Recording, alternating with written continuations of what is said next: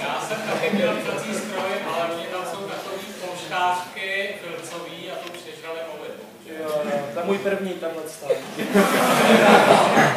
Musíte často psát, aby ty moly utekly.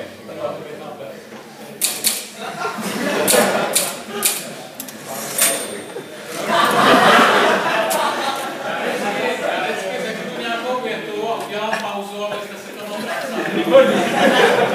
Jste repetent nějaký. No, já to opakuju už právě, já si nestíhám psát ty poznámky, protože to opakuju pořád.